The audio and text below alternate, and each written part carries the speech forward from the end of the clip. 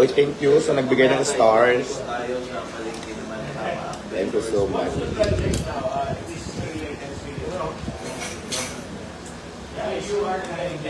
Kagabi naman, doon kami kumain sa Mayan. Iloilo Fish Port. Napakaraming tao at saka Iloilo Fishing Port. Napakaraming tao at Diyos ko, ang sasarap doon, mga sariwa talaga. Ang mga seafoods na serve nila. Parang ano siya, seafoods paluto. Pero yung mga seafoods na serve nila as in galing talagang dagat, gumagalaw-galaw pa talaga. Yung isang isda nga, habang namimili ako, sobrang buhay, lumipad pa, tumama pa sa face ko. Tumalong-talong pa. Ganon dito kasariwa ang fish. Kaya nga Iloilo Fishing Port ang tawag nila. Parang ito yung bagsakan ng mga isda na dinadala sa iba't ibang lugar sa Pilipinas or siguro sa ibang bansa. Shout out pala sa mga viewers natin. Kaya naman, Batsoy naman ang drama natin for today's video.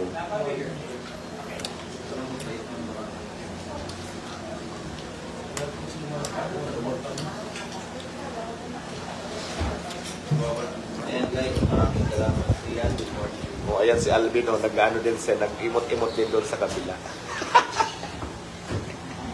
Ayan, o ba?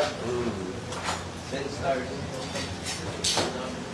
Ay, baka gusto niyo pa ng soup? Sige pa po. Soup, walang sup-sup ate. Sup-sup ang gusto ko ngayon dito. Sabi ni ate kung may gusto pa daw ng soup. Sabi ko, wala bang sup-sup?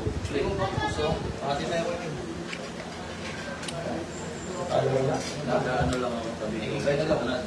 Try na lang. Hindi, huwag na pala akong soup. Huwag na wala ako kain. Okay kayo. Kami na lang sa bawah. Ito, yung iba. Okay, yung iba. Yung iba na lang. Try dito. Hindi ka maganda talaga eh. Nakakaganyan dyan. Beto naman eh. So guys, dito na dumating tayo. Salamat pala sa nagbibigay ng ng mga regalo dito. Ayan o. Kev. Fast bike dito kasi sikat daw. Siyempre, kasama din ko pangako nila sa ayaw ko puto. So ano pang hinihintay natin? Try natin 120 sa order nito. Sampat yun. Siyempre, ito ang Oh, natikman ko na talaga ang totoong batsoy na galing dito mismo sa Iloilo City.